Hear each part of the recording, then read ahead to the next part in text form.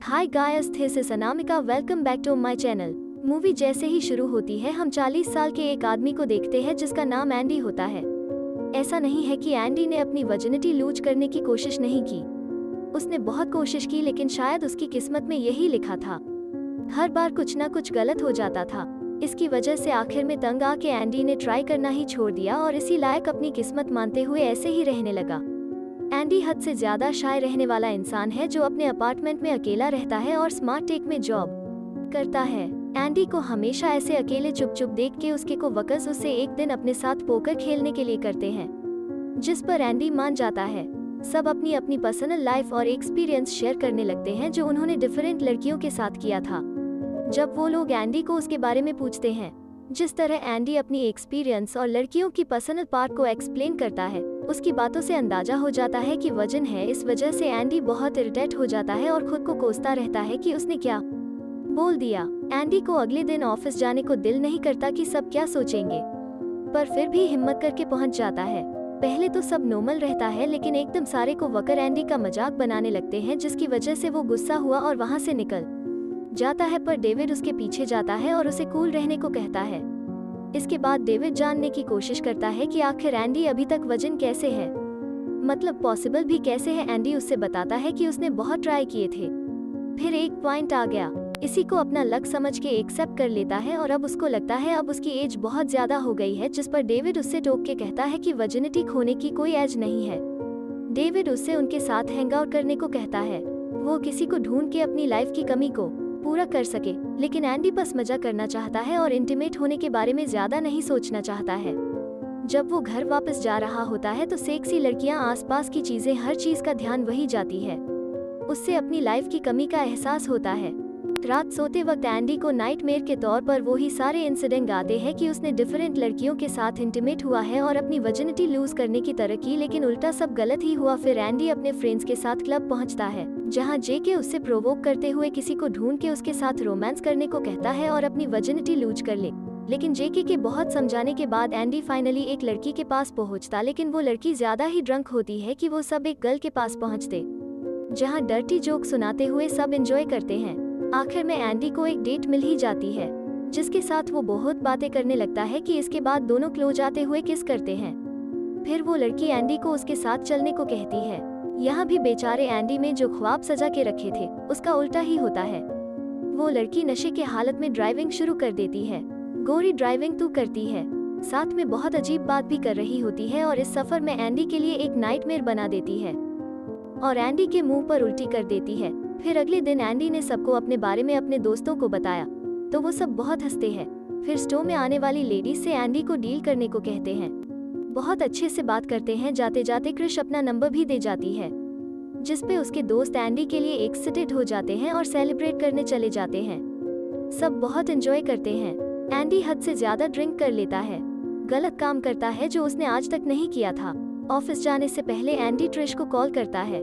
उसके फोन उठाते ही Andy phone को रख देता है, क्योंकि उसने क्रिश से बात करने की हिम्मत ही नहीं थी। जिसके बाद स्टोर जाकर एंडी जेके से पर्सनैलिटी ग्रूम करने की टिप्स मांगता है। जे कहता है कि इसके लिए बहुत मेहनत करनी पड़ेगी। अगर वो तैयार है तो जे उसकी मदद करेगा। फिर एंडी उसके लिए मान जाता है। फिर वो एंडी के लिए चेस्ट वैक्स कराने जाते हैं। एंडी जोश जोश में वैक्स करने के लिए तैयार हो जाता है, पर उसका बुरा हाल होने वाला होता है। ये बहुत ही फनी सीन था। आखिर में आधी वैक्स में उसकी हिम्मत जवाब दे देती है और वो हाफ वैक्स के साथ ही घर चला जाता है। इसके बाद एंडी जे की सुनने के बजाय क्याल की एडवाइस पर चलने का फैसला करता है। क्याल एंडी को एक टफ गाय बन के लड़कियों से बात करने को कहता है, क्योंकि उसके हिसाब से आधे लड़कों को तो लड़कियों से बात करना ही नहीं आता है। क्याल के हिसाब से चलने के बाद एंडी लड़कियों को काफी इम्प्रेस कर लेता है और बहुत खुश हो जाता है। इसके बाद घर आकर हिम्मत करके क्रिश को कॉल करता है, क्योंकि उससे क्रिश पे फिदा हो चुका होता है, लेकिन सब खराब करके अपना गलत नाम बताकर बेइज्जती करवा लेता है। डेविड एंडी के घर आकर सारी पोन की कलेक्शन देता है। एंडी लेने से मना करता है और डेविड के जाने के बाद कैंडल लाइट को रूम में माहौल बनाते हुए पोन देखने लगता है। इससे एंडी को कोई सुकून नहीं मिलता। अगले दिन लंच ब्रेक में एंडी के दोस्त उसे होटल में ले जाते हैं, जहां डेट शो किया जाता है और लड़कियां बहुत से लड़कों से मिलती है और अपना पार्टनर ढूंढने की कोशिश करती है। एंडी बहुत सी लड़कियों से बात करता है, आखिर में कोई फायदा नहीं होता और वो मायूसी से वापस जाता है। एंडी क्रिश के स्टोर के बाहर से गुजरता है पर अंदर जाने की हिम्मत नहीं कर पाता। एंडी की दोस्त हर कोशिश में लगे होते हैं जैसे कोई लड़की मिल जाए और किसी तरह वर्जिनिटी लूज कर ले। अब इसके लिए जेके पार्टी रखता है और एंडी को इनवाइट करता है। वहां पहुंचकर एंडी को पता चलता है कि दोस्तों ने तो वहां एंडी के लिए प्रोस्टिट्यूट बुलवाई है और कोई बात ही नहीं है कि वो उनसे मिलके बहुत गुस्सा होता है। इसी दौरान क्याल के साथ मिलके जिस लड़की को इम्प्रेस किया था वो उससे अपने दोस्त के साथ चेकआउट करती नजर आती है। एंडी के दोस्त कहते हैं वो इसलिए कर रहे क्योंकि उन्हें नहीं लगता एंडी में इतनी हिम्मत है। तो एंडी अपनी हिम्मत को दिखाने के लिए जोश में क्रिश को अपने साथ डेट पर चलने को कहता है और वो मान भी जाती है। एंडी क्रिश को कॉल करके सारे अरेंजमेंट करता है और क्याल और डेविड को सब आकर बताता है कि उसी के घर में बैठे वीडियो गेम खेल रहे थे। एंडी के घर में हर जगह वीडियो गेम देखकर कहते हैं यह बिल्कुल भी ठीक नहीं है, किसी को यह पसंद नहीं आएगा। इसलिए एंडी क्रिश को अंदर इनवाइट नहीं करता और गेट से बाहर ले जाता है। वो दोनों बहुत एंजॉय करते हैं और ठीक होते हैं और क्रिश के घर जाके रोमांस करने लगते हैं और वॉशरूम में जाने से पहले एंडी को ड्रोवेर से कॉन्डोम पहनने को कहती है और मजे की बात एंडी को कॉन्डोम पहनना भी नहीं आता था। फिर अचानक क्रिश के बच्चे नॉक किए बगैर ही रूम में आ जाते हैं। इतने सारे कॉन्डोम देखकर वो लोग हैरान हो जाते हैं लेकिन एंडी ने तो कुछ किया ही नहीं था। फिर एंडी अपना सामान लिया घर आ जाता है। जॉब पर तो वो होता है जो एंडी ने सोचा तक नहीं था। एंडी की बॉस उसके पास आकर उसकी फिक्र बनने की बात करती है और अजीब अजीब बातें करने लगती है, लेकिन एंडी यह सब कैसे कर सकता था, इसलिए काम है कुछ बोलकर वहां से निकल जाता है। इसके बाद उसकी दोस्त उसकी और ट्रिश का पूछते हैं तो वो अपने साथ होने वाला इंसिडेंट उन्हें बताता है। उसके दोस्त कहते हैं कि उसको बता देना चाहिए कि वो इसके लिए तैयार नहीं होता। उसके दोस्तों को अब उससे मनुपुलेट करना आ गया था। एंडी और ट्रिश फिर से मिलते हैं। वहाँ एंडी उससे कुछ नहीं बताता पर ट्रिश अपने बच्चों के बारे में सब बताकर एंडी से रिक्वेस्ट करती है। वो चाहती है कि कुछ टाइम के लिए वो दोनों फिजिकल ना हो। ट्रिश कहती है अगर वो लोग डेट कर रहे हो तो फिजिकल ना हो और एक दूसरे को जानने की कोशिश करें। एंडी पूरी तरह एग्री करता है। ट्रिश को यकीन नहीं आता कि वो इतने आराम से मेरी बातें मान कैसे गया। लड़कों को तो बस एक ही चीज चाहिए होती है, पर एंडी उससे यकीन दिलाता है कि ऐसा कुछ नहीं होगा। दोनों वापस ट्रिश के घर आ जाते हैं। एंडी ट्रिश को किस कर रहा होता है तब उसकी छोटी बेटी को एंडी चेक करके इम्प्रेस करते हुए उसके साथ घुल मिल जाता है। बड़ी बेटी को एंडी ज्यादा पसंद नहीं था, जिसकी वजह से वो उसे गुस्सा करने लगती है। एंडी उनकी बातों का बुरा नहीं मानता। एंडी का अच्छा काम देखते हुए उसकी बॉस उसे स्टोर मैनेजर बना देती है, लेकिन वो एक बात पर बहुत मायूस हो जाती है। एंडी अब किसी और को डेट कर रहा है। फिर भी वो जाते जाते एंडी को कहती है कि वो जब भी चाहे उसके पास आ सकता है। जे का उनकी गलतियों की वजह से ब्रेकअप हो जाता है। एंडी उससे हौसला देता है और अपने सब मस्तियों के लिए माफी मांगता है। एंडी ट्रिश के साथ ज्यादा से ज्यादा टाइम गुजारने लगता है और इतनी अच्छे से बात कर रहे होते हैं। यही नहीं, एंडी ट्रिश के फैमिली का दिल जीतने में कामयाब होने लगा था। जब एंडी ट्रिश को बताता है कि वो अपने बिजनेस शुरू करना चाहता था, पैसे ना होने की वजह से नहीं कर पाया, कभी उसे उसके टॉयज को बेचने को कहती है। उसने ओरिजिनल वैसे ही बॉक्स में रखी है। फिर एंडी मान जाता है। एंडी अभी जॉब पर ही होता है तो उससे ट्रिश का कॉल आता है क्योंकि किसी मस्ती की वजह से घर बुलाती है।